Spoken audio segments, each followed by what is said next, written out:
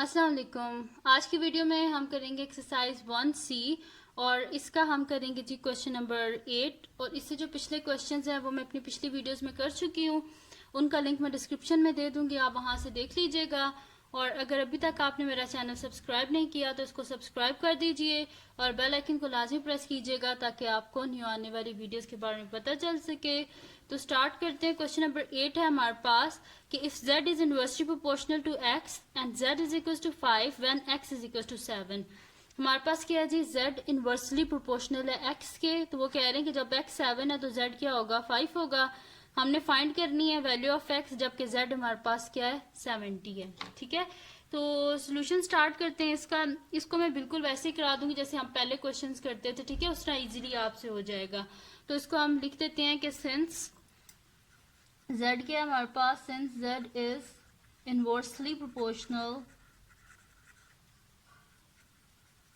since z is inversely proportional to x, तो किस तरह लिखेंगे हम इसे, यानी कि लिखने का क्या तरीका होगा, z is inversely proportional to x। ठीक है, डायरेक्ट प्रोपोर्शनल में 1 बाय की फॉर्म में नहीं आता। डायरेक्ट अगर होता ना z is directly proportional to x तो हम z इज प्रोपोर्शनैलिटी का साइन और साथ में x लिख देते, लेकिन ये इनवर्सली प्रोपोर्शनल है, इस वजह से 1 बाय x आया है। अब इस प्रोपोर्शनैलिटी के साइन को हमने यहाँ से हटाना है, तो हम यहाँ पे एक कांस्टेंट को इंट्रोड्यूस करेंगे, तो k को हम एज अ कांस्टेंट ले लेते हैं। तो हमारे पास क्या हो जाएगा, z is equals to k by x, यानी कि k को मल्टीप्लाई कर दिए तो 1 इंटू k क्या हो जाएगा, k बाय x। यहाँ पे लिख देते हैं वेयर k क्या हमारे पास, where k is a constant. ठीक है, हमने लिख दिया कि k हमारे पास क्या है, एक कांस्टेंट है। ठीक है, अब इसमें हम क्या कर लेते हैं कि जो हमारे पास गिवन वैल्यूज है ना z और x की, वो यूज करके सबसे पहले हम क्या कर लेते हैं, k की वैल्यू को फाइंड आउट कर लेते हैं। तो जब हमारे पास k की वैल्यू आ जाएगी ना, फिर उससे हम क्या कर लेंगे कि x की वैल्यू को फाइंड आउट कर लेंगे वो इक्वेशन यूज करके। ठीक है, तो हम यहाँ पे लिख देते हैं कि when z is equal to 5 and x is equal to 7। जब z हमारे पास 5 और x इज इक्वल टू 7 है तो इक्वेशन में पुट करते हैं, z is equal to k by x है हमारे पास, z की जगह 5 लिख दें, k एज इट इज क्योंकि हमें इसकी वैल्यू नहीं पता, और x की जगह 7।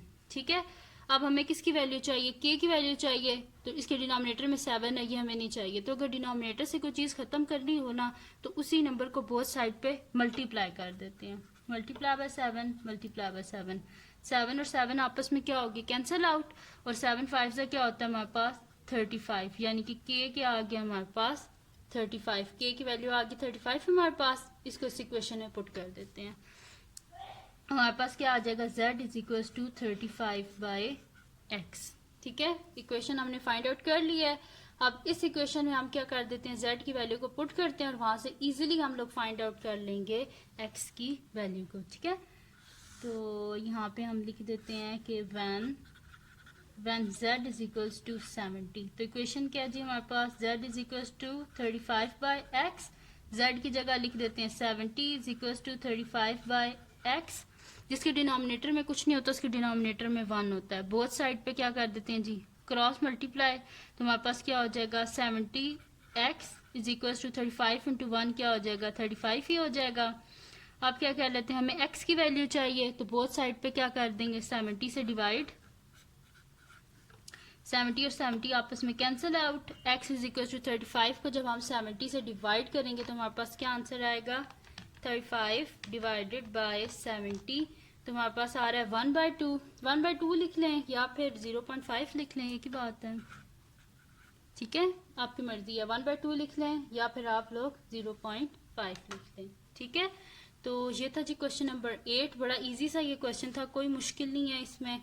ठीक है, तो ये हमने कर लिया, जिसमें हमने x की वैल्यू को फाइंड आउट करना था वो हमने कर लिया। हमने सबसे पहले एक इक्वेशन बनाई, फिर उस इक्वेशन में हमने इक्वेशन बनाई, उसमें हमने k की वैल्यू को फाइंड आउट किया जो कि गिवन z और x की वैल्यूज थी, उनको यूज करके फिर हमने क्या किया कि जब हमारे पास k की वैल्यू आ गई उसके बीच में हमने z की वैल्यू को उस इक्वेशन में डाला और वहां से हमने इजीली x की वैल्यू को फाइंड आउट कर लिया। हमारे पास आंसर क्या आ गया, 1/2। अब आप लोग 1/2 लिख लें या 0.5 लिख लें, एक ही बात है। ठीक है, तो 35 क्योंकि 35 टू हमारे पास 70 होते हैं, तो इस वजह से 1/2 लिख लें या 0.5 लिख लें। अब करते हैं जो हम इसका नेक्स्ट क्वेश्चन, जो कि हमारे पास क्या है, क्वेश्चन नंबर 9। ठीक है, तो क्वेश्चन नंबर 9 क्या है हमारे पास कि if b is inversely proportional to a and b is equals to 3.5 when a is equals to 2, find the value of b when a is equals to 1.4।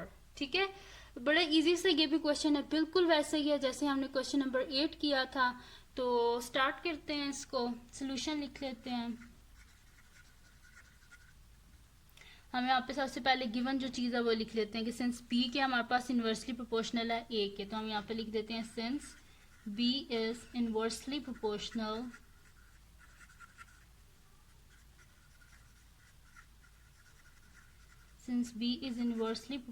to a, b के हमारे पास inversely proportional है a के।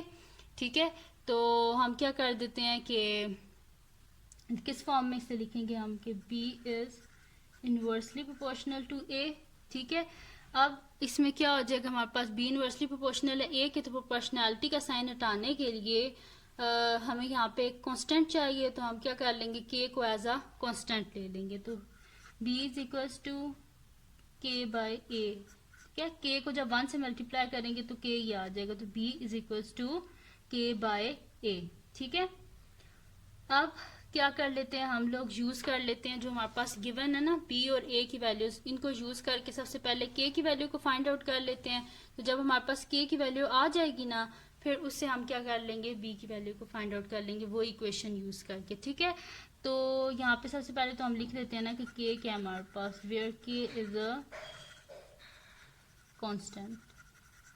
ठीक है, तो अब इन values को हम यूज कर लेते हैं कि व्हेन b हमारे पास 3.5 और a के हमारे पास 2 है। ठीक है, तो हम यहाँ पे लिख देते हैं when b is equals to 3.5 and a is equals to 2। ठीक है, b 3.5 है और a के हमारे पास 2 है, तो इन वैल्यूज को यूज कर लेते हैं अपनी क्वेश्चन में, जो कि हमारे पास है b is equals to k by a। b की वैल्यू क्या है 3.5 is equals to k by a की वैल्यू क्या है हमारे पास 2। हमें किसकी वैल्यू चाहिए, k की वैल्यू चाहिए, बोथ साइड पे 2 से मल्टीप्लाई कर देंगे, वो इस वजह से क्योंकि डिनोमिनेटर में हमें 2 नहीं चाहिए, हमें सिर्फ k की वैल्यू चाहिए। ठीक है, तो 2 और 2 कैंसिल आउट हो गए, तो 3.5 को जब हम 2 से मल्टीप्लाई करेंगे तो हमारे पास क्या आ जाएगा, 7 आ जाएगा। ठीक है, तो हम लिख देते हैं k is equals to 3.5 into 2 क्या आ जाएगा, 7। ठीक है, तो k की वैल्यू क्या आ गई, 7। इसको इक्वेशन में पुट कर देते हैं। इक्वेशन क्या है हमारे पास, b is equals to k by a, यानी कि b is equals to 7 by a आ गई हमारे पास इक्वेशन।